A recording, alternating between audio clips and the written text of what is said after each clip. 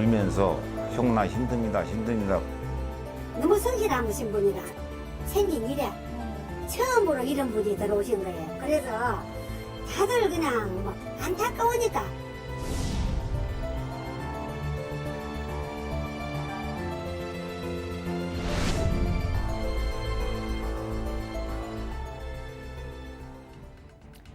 안녕하세요. 톡소원 정치의 강정입니다. 어제 아파트 입주민의 갑질로 억울하다는 유서를 남기고 세상을 등진 경비원 A씨 고 최희석 씨의 사건을 전해드렸습니다. 고인을 향한 애도 속에 가해자를 엄벌해달라는 청와대 국민청원 벌써 15만 명의 동의를 얻고 있습니다. 숨진 경비원도 동생을 떠나보낸 친형도 가해자에게 바라는 것은 단 하나라고 밝힌 바 있습니다. 찾아와서 미안하다고 그러고 잘못했다고 사과하면은 받아들일 용의가 있습니다. 그리고 이 핍박을 받고 이런 세상이 안 왔으면 좋겠습니다. 가해자가 이 방송을 들으면은 오십시오. 오셔서 잘못했다고 그러고 앞으로 잘 지내자고 그러면 받아들일 용의가 있습니다.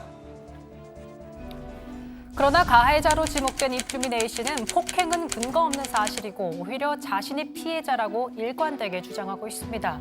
한편 해당 입주민이 최 씨에게 머슴이라 부르며 수술비 협박을 했다는 의혹까지 불거진 상황인데요. 경찰은 A씨를 출국 금지하고 이번 주에 소환 조사할 예정입니다. 유족들은 A씨의 사과를 기다리겠다며 오늘로 예정됐던 발인도 미뤘습니다. 최 씨의 추모 모임을 마련한 시민사회단체는 기자회견을 열고 그의 죽음은 명백한 사회적 타살이라며 열악한 현실을 증언하고 재발 방지책을 요구했습니다. 이런 현실에는 을 중에 을일 수밖에 없는 불안한 경비원 이중 고용 구조가 문제라고 전문가들은 지적합니다. 아파트와 용역업체가 계약을 체결하고 용역업체와 경비 노동자가 근로계약을 체결하는 방식인데 이제 용역업체와 아파트와의 계약도 주기적으로 변경이 되고 그 과정마다 이제 용역업체가 변경되면 다시 이제 근로계약을 체결해야 되는 문제가 발생하는 거죠. 그래서 이중으로 계약이 되어 있기 때문에 보통의 계약직보다 이중의 고용 불안을 느낀다라고 생각을 하시면 될 것 같아요.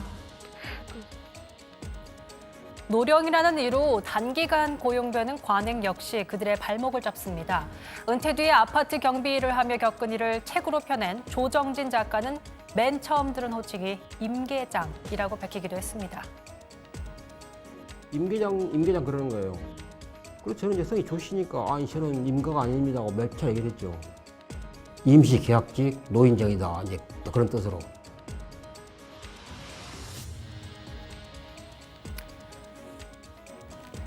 그러면서 고르기도 다루기도 자르기도 쉽다고 해서 고다자라는 별칭이 붙었다고 합니다.